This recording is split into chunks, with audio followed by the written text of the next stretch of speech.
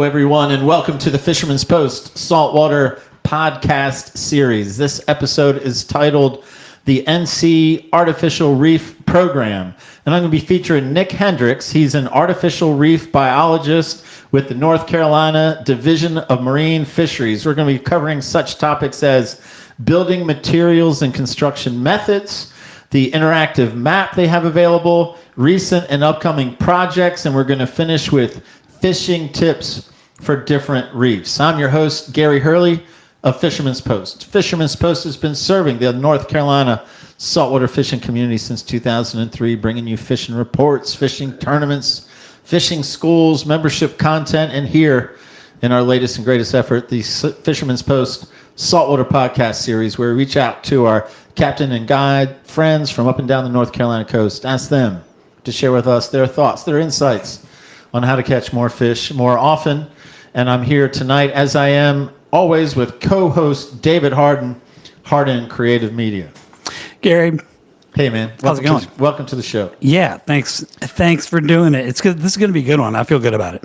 I know you. I gotta say, I know you do, and I like that you're excited about this topic. I've had some topics in here, and I'm certainly not going to drop any names, but you were perhaps not overly enthusiastic. I won't say less than enthusiastic. No. But this will be great. You know, I've donated a lot to the artificial reef program over the years. What, you've sunk a boat? No, with the anchors. I've lost so many anchors. Maybe you can get a tax credit. Maybe that's a donation. Yeah. You can get a tax. That's good. We should check with Nick on that. Yeah, we're going to ask Nick that question. Okay. If you can get some money back from the IRS. Yeah. All right. Well, before we get started, let's thank our sponsors. First up, Port City Signs and Graphics. We love Sabrina and crew. I tell you, man, they did a rush job for me. I am on my way to one of our schools. I needed a banner done post haste. And like they do, man, they stepped up and they took care of me. They're good folks. They are. Good folks. This is the part of the podcast where I show you two signs. Two signs. The first one up, you don't know whether it's made by Port City Signs or Graphics or not. You're going to have to tell me what you think. I like it. I like the challenge. Here's sign number one. People are shocked when they find out I'm not a good electrician. So that's sign number one. I kind of feel like you're stepping on my Terrell joke portion here a little bit. I'm laughing, though. I'm not complaining. Good. I'm just making an observation. Good. Well, it's it's that Indian Hills Community Center, wherever that is. Man, that is a town of funny people. They're good. They're good. Here's sign number two. A very fancy boat wrap. That is a fancy boat wrap. Man, that's a really fancy boat wrap. I like what we got going there. We got the die flag. We got an octopus which blends into text. It has logos. Like, that looks good, man. Yep. Port City Signs and Graphics. But I tell you, I use Port City Signs and Graphics all the time, but they are not wrapping my boat with Fisherman's Post because I need anonymity in case I'm doing dumb stuff. Just in case. I don't want to end up. If I end up unqualified captain, I end up unqualified captain. But I don't need Fisherman's Post to end up unqualified captain. No, that's true. That would be bad. Next up, we have yourboatmoney.com and New Coast. Yeah, man. Scott Bradshaw. What do you got for me?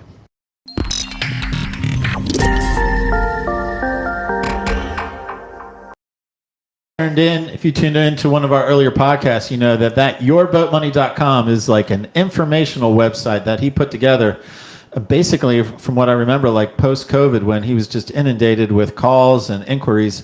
And so people were just thirsting for knowledge. And, you know, he's in business and he's trying to make a buck and he's trying to take care of his family. And he'll take care of you, providing information. And even that model, provide information, be an authority, and the business will come. And it seems like that's a great model for Scott. Yeah, he's got it going on. Next up, of course, as always, Marine Warehouse Center. My friends. Matt with Marine Warehouse, excited to give you guys a huge update. We're now carrying Seabourn and Spider boat line. Of course, we have the newest models of Carolina Skiff, Sailfish, Sea Chaser, and Pan Marine. With over 60 boats in stock at a Wilmington location, let's schedule a sea trial and let's get you on the water today. You know, it's just about that time. I can't speak to the release of this, but I can speak to that 2 days ago. I dropped my boat off for its spring service. Oh. Or early or late winter. I don't know what you were going to call it, man, but they're doing the complete engine. They're going to paint the bottom. I need a hatch replaced, man, and they're just going to take care of me, and they're going to call me and say she's ready, come pick her up, and then I'm ready for another season. Can you take me on a boat ride? I will take you on a boat All ride. right, that'll be good. I'll look forward to that. You know, if you'd said take me on a fishing trip, I might have balked a little bit and said, David, We can do some fishing I on fish there with too. captains. I don't fish on my boat. Right. But since you asked for a boat ride, then the answer is Yeah, yes. I'd settle for a boat ride. All right, you get a boat ride. All right, thanks. And you know, I didn't get away from Marine Warehouse Center. You know, what can I do? Drop off the boat and just leave? No way, man. Terrell came running out. I mean, he literally came running out and said, hey, man, I got one for you. Oh, okay. I'm like, oh, this ought to be good if you're running out here. So let's hear it, Terrell. Well, here it goes. Did you know? He told me, he's like, did you know that the guy that invented cough drops died last week? The guy who invented cough drops That invented cough drops. He died just died last week. I did not know that. Yep. However, there was no coffin at the funeral. That was like a punch. Almost like a punch to the face. I was like, you ran out here to tell me that, Terrell. You literally ran out here to tell me that. It's good though. Consistent. He's consistent. He's something. Yes. All right. But we thank him for the sponsorship though. And we love all our sponsors, Yes, don't we we, do. David? Oh, yes. And reach out to people. Tell them. Oh, well, if you would like to sponsor the podcast, just contact the Fisherman's Post Office and we will hook you up. Yeah, and if you are a fan of the podcast, want to support the podcast, you can become a premium content member. You get early access to all our podcasts 1 week before public release. You get access to bonus podcast content, and that's never released publicly. It's only to our premium content members. And if that wasn't enough, you get access to our great new feature. It's weekly audio and video fishing reports up and down the entire North Carolina coast. Here in March, we're bi-weekly. It's our last month of bi-weekly, and then April through October, every week, a new video and audio release. Sounds good. It is good. All right, I'm going to bring Nick out, but before I do, a reminder, David's best takeaway, and since you're excited about artificial reefs, man, you better have a good takeaway. I'm going to be taking it all away. The pressure's on it. All right, I got it. Well, right now, it's my pleasure. I met him at the Raleigh Bass and Saltwater Expo, and here we are doing a podcast. Nick Hendrix, artificial reef biologist of the NC Division of Marine Fisheries. And look at you. You've got water behind you. You are legit. If there's any doubt you're legit, you ended it with that background. Welcome to the show for your podcast, the NC Artificial Reef Program. Good evening. How y'all doing? Yeah, I'm joined. It's snowing outside here right now in Swansboro, so I'm pretending I'm back in the summertime here on AR 372 behind me, swimming around on the reef balls. I did see your anchor down there, so I will go ahead and bring that up for you next time. Oh, thank you. There's quite a few to choose from. Right. Yeah, you'll be able to take it. Man, as legit as you look wearing that official shirt and having that official background, no one gets on the podcast until they answer two questions. So, Nick Hendrix, you tell me you're ready for question number one. Question number one, you get. Go for it. So, Nick, why should my audience spend any time listening to what you have to say about AR's or North Carolina's artificial reef program? So the best thing about the artificial reefs is that they're publicly available data. You don't have to search around on message boards looking for secret numbers. You don't have to go around and, spend half a day, clicking your GPS when you think you see live bottom or something like that. All 72 artificial reefs in the entire North Carolina artificial reef system are publicly mapped, high precision accuracy maps that show not only what the material is, but the exact coordinates for it, what it is, when it was put out. And you just don't get that type of mapping with really any other service. So we offer that, as a government agency, as the artificial reef program for the public to use for fishing and diving. All right. That works, David. You concur? I concur, yes. All right. Well, question number two, and I think I've already mentioned I had a busy day, so I don't know how creative this is, but instead of artificial reefs, we're going to see how smart you are about artificial Christmas trees. Are you ready for your first true-false question about artificial Christmas trees? I'm ready. True-false. More real Christmas trees are sold each year compared to artificial Christmas trees. True. You got that right. But that wasn't the hard one. This is the hard one. True, false. More than double real Christmas trees are sold each year compared to artificial Christmas trees? Quadruple. No, that's false. That one was false. At least the numbers I got from the internet, and anything on the internet holds up. In 2023, 12.9 million artificial trees. In 2023, 21.58 million real trees. And that's the internet, so it's true. But let's go to artificial reefs. Let's go to North Carolina's artificial reef program. And so in my notes, we're going to start with building materials and construction methods, or maybe just building materials. But I'm going to get out of the way. I'm going to let you start talking because I know you got a lot of info to share for us. Yeah, this is really great stuff. Like I said, I'm really excited to be here and talk about it. I was talking to you there at the Fish Expo a few months ago, and yeah, I can talk about this all day. It's really, really neat and exciting things. So again, my name is Nick Hendrix. I'm the artificial reef biologist for the state of North Carolina. And what we do is we manage, monitor, enhance 43 ocean artificial reefs and 28 estuarine artificial reefs up and down the coast. They range in size from, an acre to 125 acres inshore in the estuary. And then offshore, our smallest reefs are 162 acres, while our 4 largest are 649 acres. So these are all, most of them are very large sites that have tons and tons of material on them. Been around since the 1970s as a state agency doing this. So we're going on, quite a number of years building reefs, enhancing reefs up and down the coast.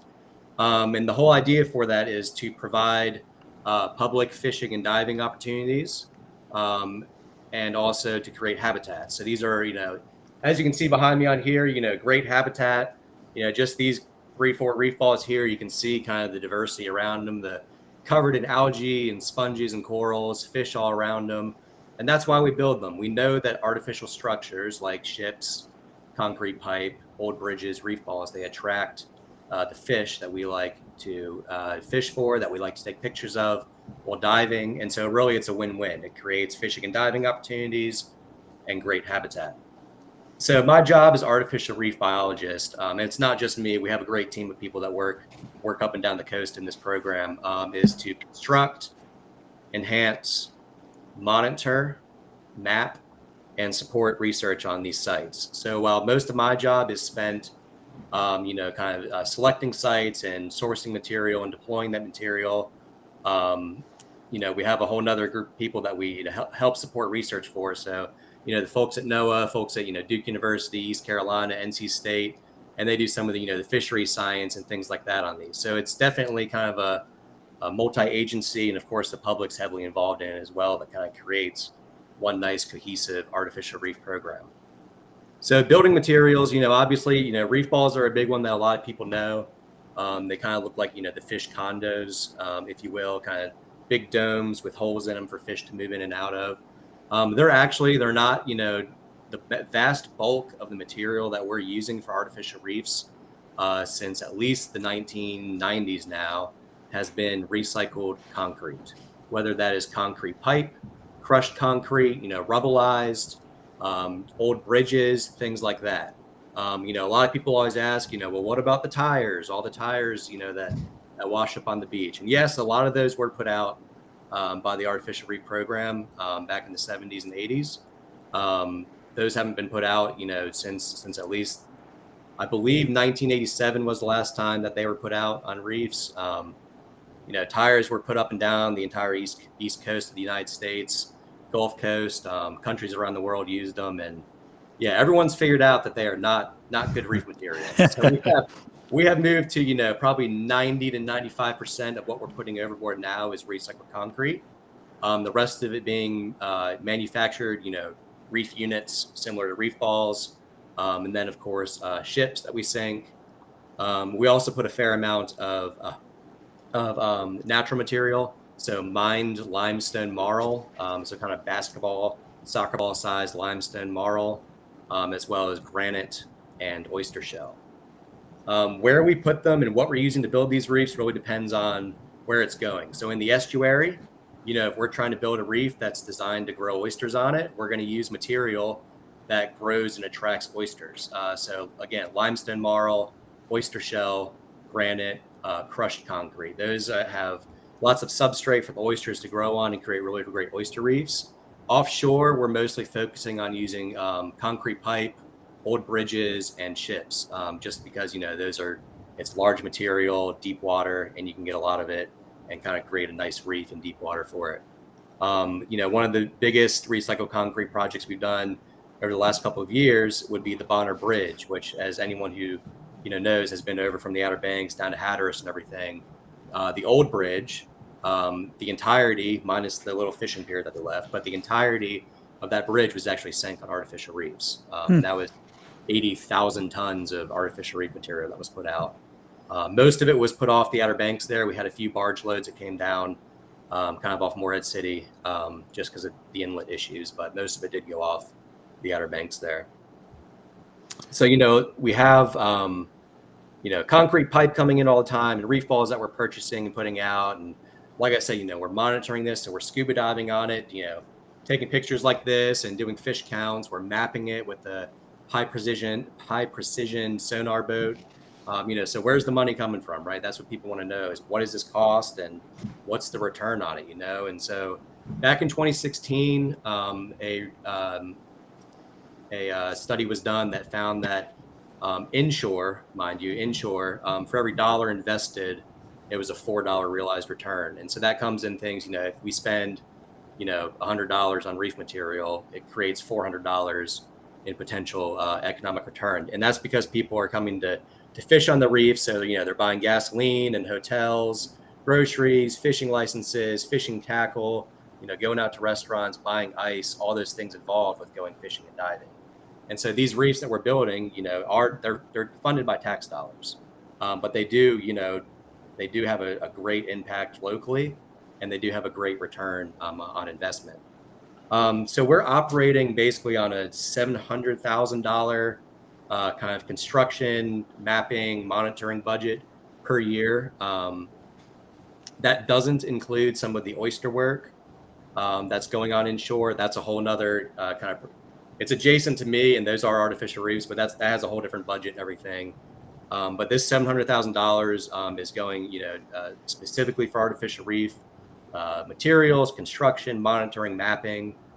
And typically what that gets us in a year is 1 to 2 large offshore projects and 1 to 2 smaller estuarine projects. And so what I mean, what do I mean by a project? So typically, the average single offshore project would be, say, 2, 3, 4,000 tons of concrete pipe. To give you an idea of what that looks like, if anyone has seen, here's one. So the average college campus, let's say University of Wilmington, that's kind of a local one around us, right? University of Wilmington, I've done this. I've superimposed a reef on top of the campus. That campus, or if you can kind of picture the average college campus, a single reef with the material on it will actually cover, a large percentage of those buildings. And so, any one of these barge loads or multiple barge loads of material that are going out are hundreds or thousands of pieces, individual pieces, of concrete pipe, thousands of tons going out. So then that's just one project per year. Another example, inshore again, somewhat smaller sites, so somewhat smaller projects to go on, but any individual project, a couple hundred reef balls, a couple barge loads of limestone marl, things like that. The oyster work that's going on, we're putting out 35 to 45,000 tons of limestone marl and crushed concrete per year to build these oyster reefs. So again, lots and lots of projects going on. The funds are coming largely from fishing licenses. So when you buy a North Carolina fishing license, part of that money goes directly into purchasing and deploying material. We also get money from the federal sport fishing grant, and then local donors, so sport fishing clubs, dive clubs, and the occasional private donor also donates material and cash to the program. Hey, I'm loving all this. I'd like to ask a few questions just before I forget, because, man, a lot of this is intriguing. So when you're doing 1 to 2 projects offshore, maybe 1 to 2 inshore, I'm guessing that's not always creating a new reef. Does that include like going back and bringing back, something that is degraded? And how do you say it's degraded? Is it because the fish monitoring doesn't add up, or just the structure itself seems swallowed up? Sure. So from a logistical standpoint, once something's on the bottom of the ocean, it's there. I'm sure it could be moved. I don't think anybody has the ability or the funds to move it, but for all intents and purposes, once something's on the bottom of the ocean, it's there to stay. Typically, we are not siting new reefs. We are enhancing existing reefs. There have been a few new reefs that have been sited inshore in the estuaries. Typically, they're a little bit easier to get permitted and things like that, and they're a little bit easier to kind of choose, for an exact reason of why it may go somewhere. But in general, when we are choosing material to go down, like I said, we're using recycled concrete and steel-hulled ships. And the reason that we're using those instead of things like tires or refrigerators or balloons or whatever else people have thrown in the ocean for reef material over the years, the reason why we use those is because they last a long time and they're durable and they don't move. So to answer your question is because of the durability and the stability of it. And so typically, the average concrete pipe, all the concrete that's been put out, since the 1970s is still there. It hasn't degraded. It hasn't sank. It hasn't been covered up. How long it will last, I don't know, because it's still there. Yeah, I think that's what not that something would move it, but I didn't know if like some of that stuff gets covered up by sand. If by shifting sand's always moving. So I think that was really, my question is like, does not a whole reef, but do portions of a reef get to a point where the efficacy is somewhat lost because sand has migrated over or up? I don't know. Sure. So one of the big things that I do as an artificial reef biologist is I look at exactly that. Both just in general terms, where is sand moving? How is it moving on these reefs? And also more specific terms, are specific materials more prone to being sedimented over by sand or things like that. We all know that, the amount of sand that's moving in any given area, on our coast is an immense amount. Fortunately, what we're seeing, and this has been a long-term trend, I've been an artificial reef biologist and in the artificial reef program since 2019. And, so for the last 6 years that I've been here, we have had no issues with any material, at least not long-term anyways, being covered up at all, or, excessive amounts of scour, things like that. And the way we know that is because for the amount of monitoring and mapping that we do. So for example, I'll use this picture again behind me.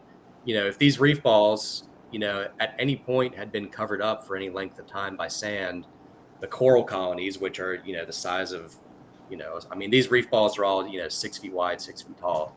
So these coral and sponge colonies take years to grow. So just the matter that, on the concrete pipe and the reef balls and the crushed rubble and the old bridge spans and the ships, the fact that you have large colonies of sponge and coral and things growing all over it, proves that it's not being covered up long term. But, one of the things we look at as well is scour. And so if you have, if you kind of picture, different parts of our coast have kind of prevailing currents. So let's say, you're in the middle of the coast off Wilmington. The prevailing current, is from the southeast going northwest, right? So we know if we put, and we know this from the monitoring that we do, both with our side scan vessel and with diving, we know that, for example, if we sink a ship, let's say a 100-foot vessel, broadside to the prevailing current, that all that current's constantly going to be hitting the side of that ship, and it is going to scour out some. And so potentially, that's going to make the ship kind of, keel over and even potentially flip over a little bit more and get buried on its superstructure and things like that. So what we've learned over the last few decades is that, knowing things like that and knowing what the bathymetry of the local areas and everything are, we can do adaptive management and do things such as when we sink the boat, point the bow of the boat into the prevailing current. And that makes the prevailing currents kind of sweep around the bow, just like it does, when you're operating a boat on the water or a plane going through the sky, making it hydrodynamic to decrease the amount of both scour and sedimentation on the material. So that's just one of the many things that we do to kind of make sure that where we're putting the material on these reefs, it's going to be there for a long time. Man, that makes sense. I'm glad I asked that. And then I guess another question that came to mind, and when you were talking about materials, and I'm going to ask this question, but I don't know if you're going to answer it. Not, if there's a good answer. So does a ship give a quicker return as a reef versus concrete, or, how do they compare? I'm sure they're both valuable, but how do they compare? So we choose, a big part of my job is choosing what goes where, right? And so, like I said, we are tax funded. We're a government agency, obviously. And so we have a limited budget. And so from our standpoint as managers, we have to make sure that we're spending the money in the most effective way, right? And so, if I could go sink a ship every single year, I would love to do that. Ships are great habitat. They attract tons of the pelagic fish that we like to fish for, take pictures of while diving. They're great photo ops. They're, big and sexy when they get the pictures and videos of them sinking and things like that. But they're really, really, really expensive to sink. And in fact, ever since COVID, back in, before COVID, 2018, 2019, we could sink let's say 100-foot, 150-foot ship, ballpark $250,000. And that's, bought for, cleaned, inspected, deployed, sank. That has at least doubled in price over just the last 3, 4, 5 years since COVID. And while a ship does make really good habitat, spatially in a 162-acre offshore reef, 100 feet of boat isn't a whole lot of space. I can spend $400,000 instead of on a boat. I can spend that on concrete pipe and go put out 6,000 tons of concrete pipe. That's, thousands of pieces of concrete pipe, get a larger footprint, spatially material, which creates more habitat. In theory, more habitat means more fish. And obviously more square footage to fish on is more opportunities for fishers and divers to use it to fish and dive on. That makes sense, man. I'm glad I asked that question too. Yeah. So when you're sinking, you can answer either a ship or you're sinking concrete. How long before you start to see what you want to see taking hold? Yeah, that's a great question. So immediately, and I don't mean that theoretically. I mean, it's literally immediately. So as an example, in 2020, we sank the 180-foot Brian Davis on AR 368 off Wilmington. It's about 20 miles off Wilmington, 70 feet of water. It sank, and we were diving on it literally within 15, 20 minutes after it hit the bottom, and there was already fish swimming around it. So the fish are immediately attracted to the material. Now, to become what I would consider a fully functioning reef that has, all the organisms from the smallest plankton all the way up to the largest shark and everything in between, all the sponges and corals and everything else, that takes a few years. Just it takes time for things to grow. But in general, as a fish attractor, it is literally almost immediately. A little bit, kind of same story inshore on those oyster reefs that we build. We are seeing large, healthy adult oyster populations, 1.5 to 3 years, kind of depends on where the reef is, before we start seeing really, really healthy adult oyster populations on those inshore reefs. And when we're talking about inshore oyster reefs, this has nothing to do with oyster farming. This is a separate entity. Is that correct? Correct. Yeah. So we in the enhancement program at Marine Fisheries, you generally have the artificial reef program and you have the oyster sanctuary program. Both are artificial reefs because both programs are building reefs with, artificially man-made. We all work together. We're on the same projects as each other and everything like that. From a habitat standpoint, it's the same exact thing.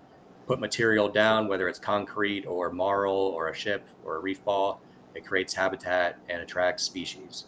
From a management standpoint, those oyster reefs, which are called oyster sanctuaries, are specific reefs that are built to create large, healthy adult oysters that will then spawn, and their spawn or spat gets carried around the sounds and estuaries to go settle in other places. So they're basically, breeding grounds for oysters.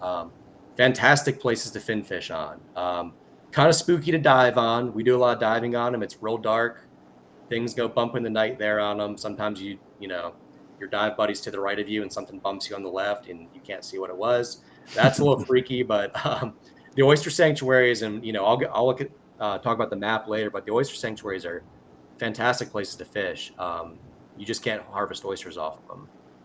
That's the only caveat. But for fin fishing, yeah, all rules and regulations apply it like everywhere else for them. All right, I want you to get your topics, but I think I'm going to ask one more question, Yeah, sort of go in this for it. building material. So, like for instance, that AR behind you with the reef balls. So, are those reef balls is that going to continue to develop new growth, bigger growth, or does a reef ball reach like maximum capacity with growth? Yeah, so I mean, I guess in theory, given enough time, everything would reach some point, where space is just limited. Everything on these, I can actually tell you when they're put down. So we had, and I'll get into this, but we had the old artificial reef books. There we go, artificial reef books.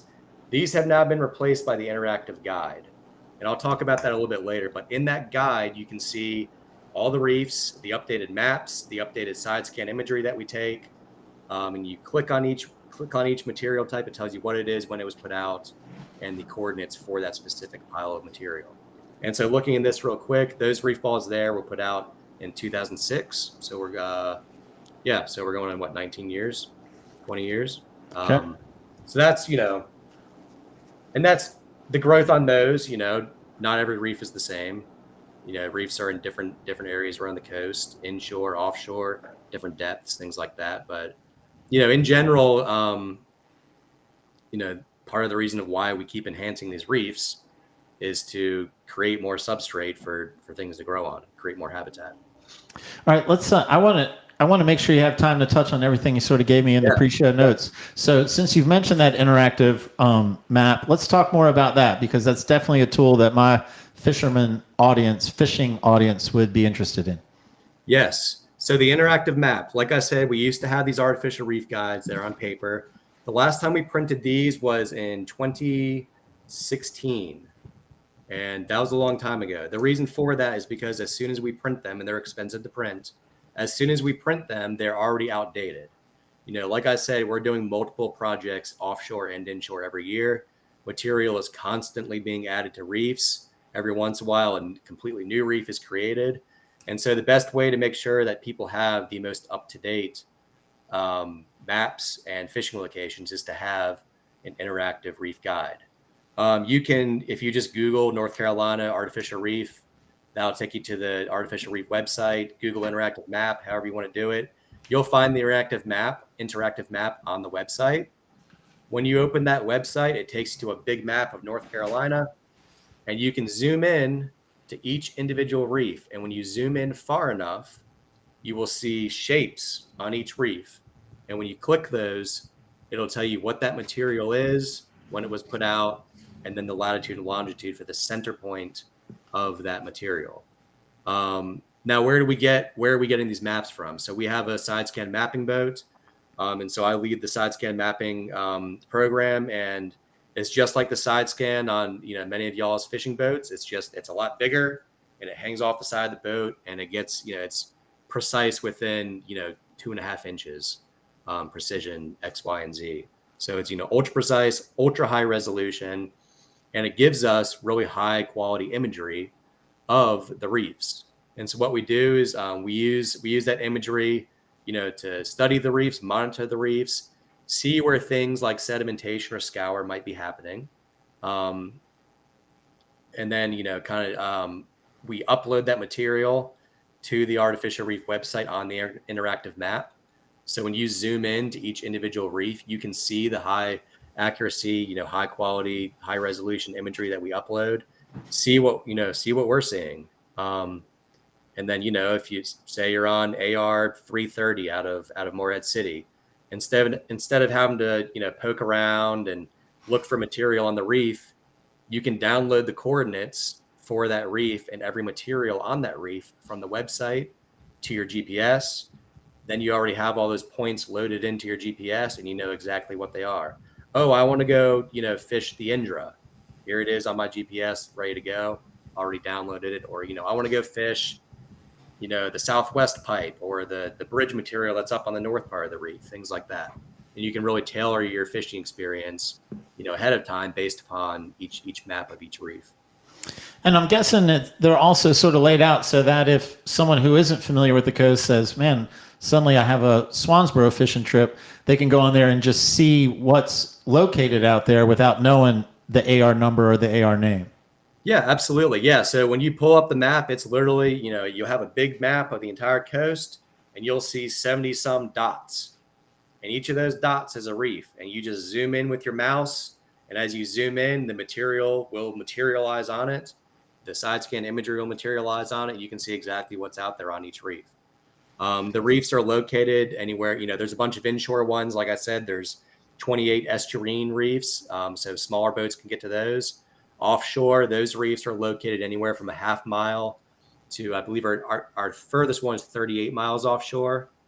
Most of the offshore reefs are kind of in the 50 to 80 foot depth range.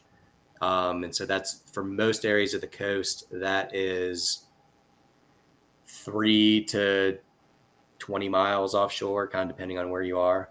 But all of the reefs are designed to be accessible by people to use. That's why we build them. So they're all accessible from an inlet. And you'll notice when you see that map, there's clusters of them. And the reason why there's clusters of them is because those are where the inlets are. Again, to make them as accessible to people as possible. And then the inshore reefs, they're on that interactive map as well. And do those inshore reefs pose problems with getting good footage? I mean, we've talked about it's just not going to be as clean water inside. Does that affect what you're able to present on that interactive map? Nope. So the side scan imagery is sonar. So unless there's a big bait ball of fish or something right underneath the sonar head, it gets good imagery no matter what. It's sonar pings coming back. All right. Anything else about the interactive map? I'm sorry, that my fishing audience might need to want to know. No, I think that's it. Feel free to, post my contact information, at some point, and people can call me, email me, however, and we can talk about the interactive guide, where to fish, what to fish for, things like that all day long. If anybody's got any questions about it, feel free to reach out. I think I still have one of those paper copies of that book. Is that worth any money? Can I sell that? Yeah. You have one, and I have number 2. There's 2 left. All right. Recent and upcoming projects. Yep. Yeah, what do you got, man? We want to know what you're doing. Yeah. So we're doing multiple projects per year. Just in the last, since 2020, I did the math on it today. 2020 to the projects that we have planned for this year, we've put out 19,000 tons of pipe and concrete rubble. And that, so concrete pipe, old culvert pipe, things like that, manhole sections. We put out an additional 80,000 tons of the Bonner Bridge that went out on the different reefs. More than 1,500 reef balls went onto reefs, and we sank 7 vessels. So, 110,000 tons of concrete, 1,500 reef balls, 7 boats in 5 years. We're putting a lot of material out. The most recent project that we have going on right now is on AR 491. That is just inshore. It actually is on Carolina Beach State Park property. That's in partnership with them and some other partners. We're building or enhancing an existing reef right there at Carolina Beach State Park. Here in a few months, we will be putting out somewhere around 2,000 tons of concrete pipe and a few hundred reef balls, and putting those on AR 230 and AR 250 up off of Hatteras and Ocracoke. In general, as reef managers, we kind of have the coast split into 5 regions. And so we try to do one large ocean project per region per year. So last year we did, or in the last couple of years we did, AR 430 off of Brunswick County. We did AR 368 off Wilmington, AR 160 and 165 off the Outer Banks, 305 that's out of Beaufort Inlet, kind of out of Morehead City. And so we try to, obviously make things fair and equitable. And sometimes that's determined upon, the funding that's available, more importantly, where material is available. If our closest available concrete pipe is, coming from Wilmington, is in the Wilmington area, we're not going to transport that pipe all the way up, to the Outer Banks to go on a reef. Logistically, it would cost too much money. We wouldn't be able to put any material out, shipping it all the way up there. So sometimes it's just a matter of where the material is. If there's a tugboat that's up in Norfolk, Virginia that we purchase, we're probably going to sink it somewhere, north of Cape Hatteras, as opposed to bringing it all the way down to Brunswick, just as, logistically and financially. But yeah, tons of different projects going on. We do have, if you check out the Marine Fisheries Facebook page, Artificial Reef, we have posts that go on that all the time that talk about, what projects are coming up, and videos and pictures and things of the reefs and what they're looking like and what we're seeing on them and things like that. But yeah, definitely the next two projects that we're doing right now, AR 491, Carolina Beach State Park, that's actually ongoing. I was on the barge deploying material on that Monday and Tuesday of this week. It's snowing today, so I'm off from that today, but we'll be back at it tomorrow and Friday, putting more material overboard for that. And where is that? I mean, I'm familiar with like the boat ramp and the marina. Yeah. You know where Snow's Cut is? Sure. If you're coming into Snow's Cut, kind of like right there where Carolina Beach State Park is, and hang a left, like you're going downriver of the Cape Fear, it's right there on that corner. Okay. It has four posts that mark it. So I am impressed by the numbers you just threw out for the activity over the last 5 years. Do you predict similar activity over the next 5 years, or was that a really good 5 years where everything kind of lined up? That's a really good 5 years. Obviously, COVID threw a wrench in everything. So considering that, yeah, it was great. It kind of waxes and wanes over the decades of, prices just over time are, have gone up. Things are more expensive today than they were in 2020. And that was more expensive than it was in 1990. So in general, I think we've done a really good job at putting out a whole ton of material, multiple tons of material, I should say, while staying, with the same budget that we're given, every single year. We do, every once in a while, we do kind of get like a reef of fortune, I'll call it, where, somebody donates a boat, just free of charge. That doesn't happen often, but we love it when it does. That boat that I was talking about a little bit ago on the Brian Davis, where you had asked about, well, how soon do you see fish on it? A large part of that boat was actually crowdfunded as a memorial for Brian Davis, who it was named after. So just as an example of, sometimes we don't even know that we're doing a reef, and someone will call us up and, hey, I've got this, 180-foot boat. It's been sitting at the dock. It's already been stripped. We were going to scrap it, but would you want it for a decent price? And yeah, sure, definitely. So sometimes things like that happen as well, which is really nice. But okay, and some of the dialogue, and I might have misheard this, but like, you're going back to reefs, and I guess you're diving them, and you're doing fish counts, or are you doing fish monitoring as part of the like success, or just monitoring, what exactly the reefs are generating? Did I hear right? Correct. Yeah. So, not only are we enhancing these reefs and building these reefs, but we're also monitoring them. So a large part of kind of the hard fishery science, we farm out to some of the universities, to NOAA. They just have the staff to be able to do it. We don't have the staff in-house to be able to do a lot of the hard fishery science on artificial reefs specifically. And so what the majority of what we are monitoring on these reefs is site stability over time, and kind of a general presence absence of fish. So, and we do that. The biggest reason we do that is because we know, and this is proven from thousands of studies all over the world, we know that artificial reefs as a rule work. As long as, you're not burying them in 10 feet of mud or something like that, if we know that if you put material out, it attracts fish and creates a reef, just as a fact. And so most of the science that's done on these reefs, and virtually all the science that we do in-house at Marine Fisheries on these artificial reefs in the artificial reef program, is looking to maximize kind of a spatial science. So looking to maximize the benefit of these reefs. So again, looking at things like, why are we putting X material where we are putting it? So if you can picture a 162-acre circle of the reef, up in the northeast part of it, you might have 1,000 tons of concrete pipe, and over on the west side or east side, you have a couple hundred reef balls, and you've got a few bridge spans down in the south and things like that. And so my job is to say, okay, I've got some material kind of in this corner, in this corner, in this corner. Where am I going to put the next material, and what is that material going to be? And so as a reef manager, I want to maximize the complexity of that reef. The more complex the reef is, meaning the more types of material, the more footprint of the material, the higher the relief or the height of that material, all those things make it more complex. So I'm going to say, well, gee, this reef doesn't have a ship on it.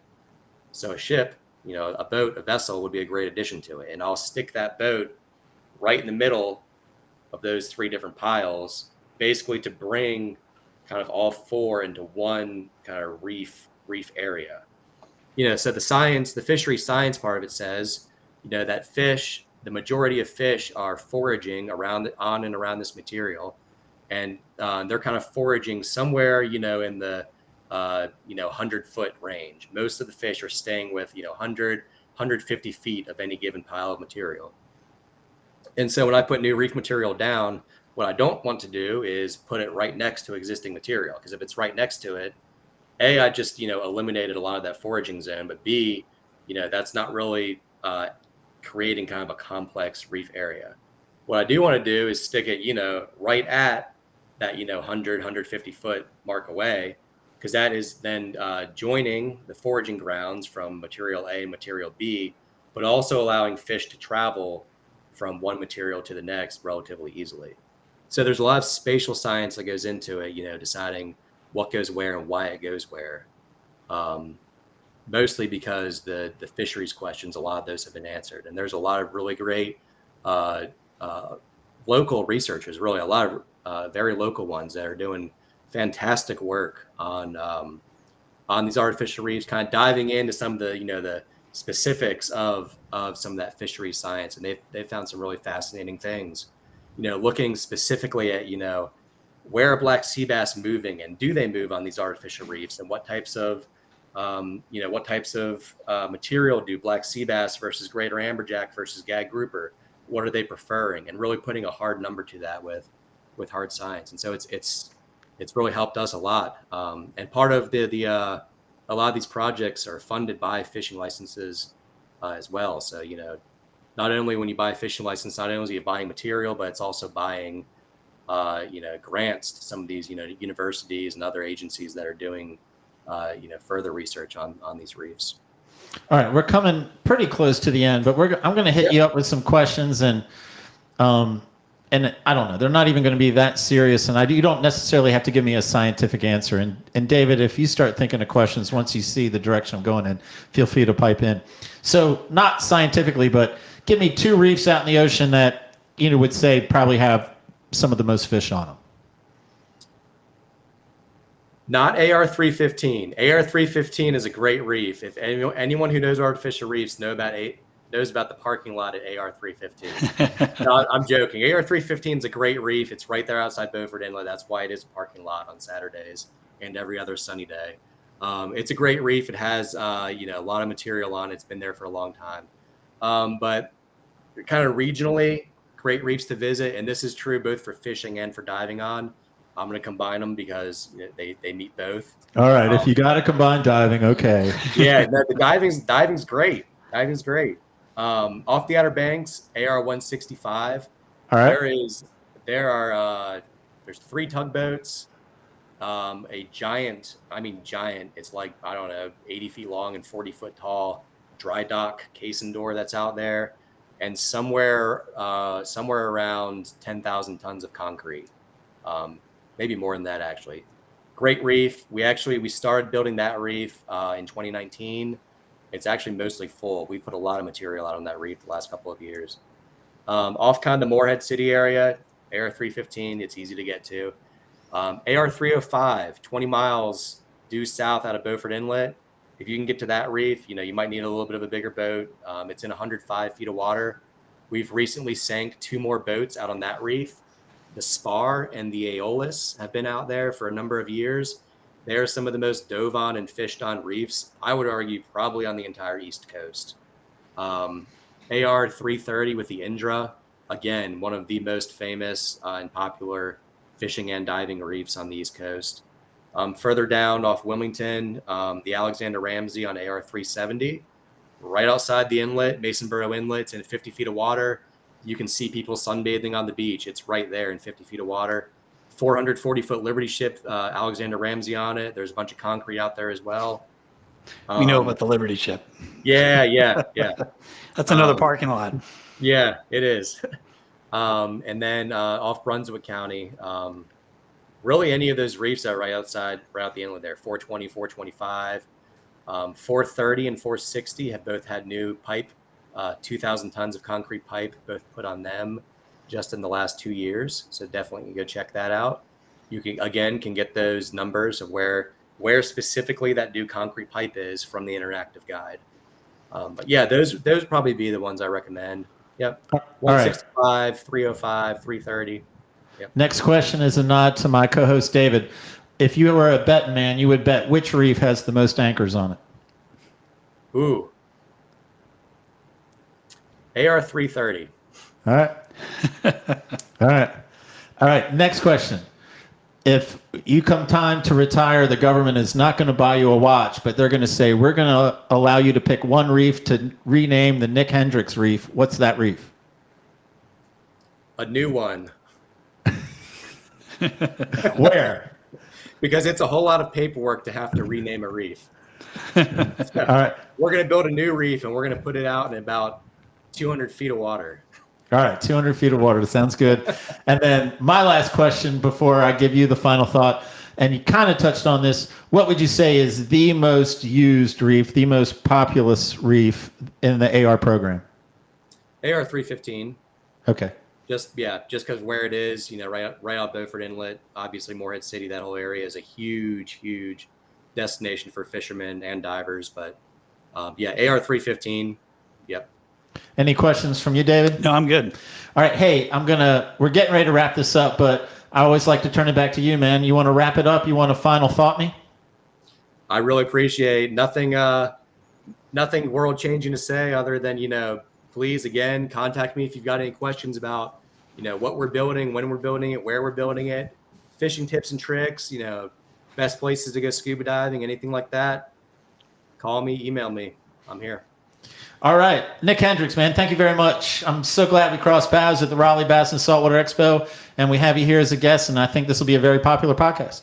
Absolutely. Thank y'all so much. Yeah, man. David Harden. Hey, Gary. Was it what you thought it would be? That was good.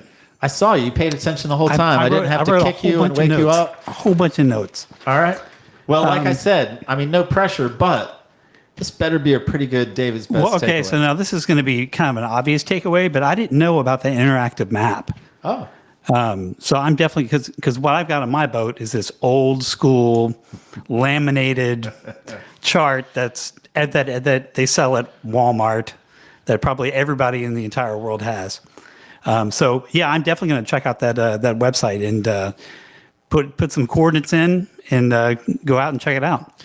Yeah, man, they were putting together that book, and it was great. I loved when I got my copy, and then as soon as they went interactive, I'm like, man, that was probably just a no-duh moment at the office where they're like, you know what we should do? And then everyone's like, why did we not think of that? I'm like, I'm sure. And it's great. It's such a great resource. And yeah, man, I think it can help a lot of people out, man. Sure will. Looking forward to it. Before we wrap up, let's thank our sponsors. Port City Signs and Graphics, yourboatmoney.com, and New Coast and Marine Warehouse Center. If you would like to sponsor the podcast, just give us a ring at the Fisherman's Post office and we'll hook you up. And again, support the podcast by becoming a premium content member. Early podcast releases, bonus podcast content, and you get access to our weekly audio and video fishing reports. David, let's say goodbye. All right, goodbye.